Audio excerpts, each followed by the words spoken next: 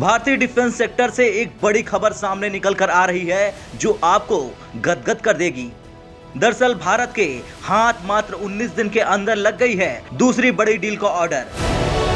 भारत ने अभी कुछ दिनों पहले ही फिलीपींस का ऑर्डर एक्सेप्ट किया था ब्रह्मोस मिसाइल को लेकर, और अब दूसरा ऑर्डर भारत की HAL रिसीव कर रही है एक्सपोर्ट का ध्रुव हेलीकॉप्टर का। लेकिन सवाल ये है कि वो कौन सा देश है जो भारत से खरीदना चाहता है ध्रुव हेलीकॉप्टर, और क्या भारत बन जाएगा 2022 में हथियारों का सबसे बड़ा एक्सपोर्टर? ये हम आपको विस्तार से बताएंगे।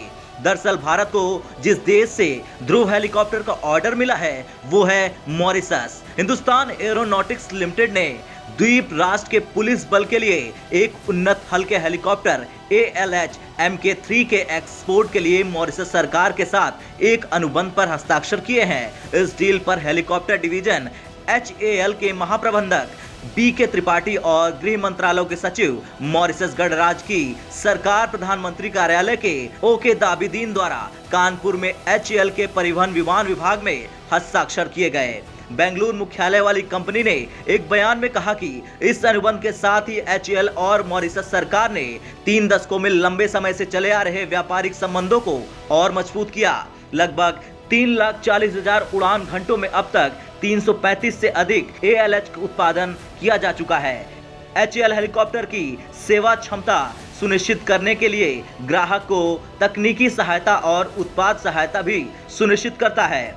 अब बात करते हैं इस हेलीकॉप्टर की खासियत की, तो HAL के अनुसार ALH Mk3 5.5 टन श्रेणी का एक अधिक भूमिका वाला बहुमिशन बहुमुखी हेलीकॉप्टर है। इसने भारत और विदेशों में प्राकृतिक आपदाओं के दौरान कई जीवन रक्षक मिशनों सहित अलग अलग उपयोगिता भूमिका में अपनी योग्यता को साबित किया है।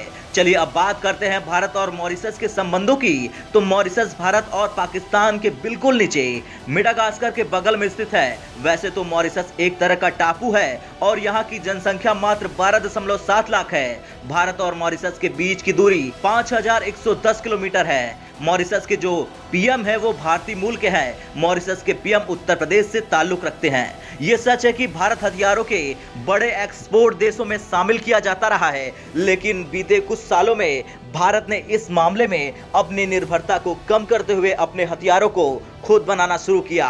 देश में हथियारों को तैयार करने का सबसे बड़ा फायदा ये हुआ कि भारत के हथियारों की बिक्री का एक बड़ा बाजार मिला, जिसकी वजह से वो निर्यात करने लगा। खैर, ये कहना गलत नहीं होगा कि जिस तरह एक के बाद एक भारत के हथियारों की मांग दुनिया के कई देश कर रहे हैं, उससे चीन की रातों की नींद उड़ गई है और भारत की कूटनीति के आगे बिखर गया है चीन की आंखों में पल रहा ख्वाब।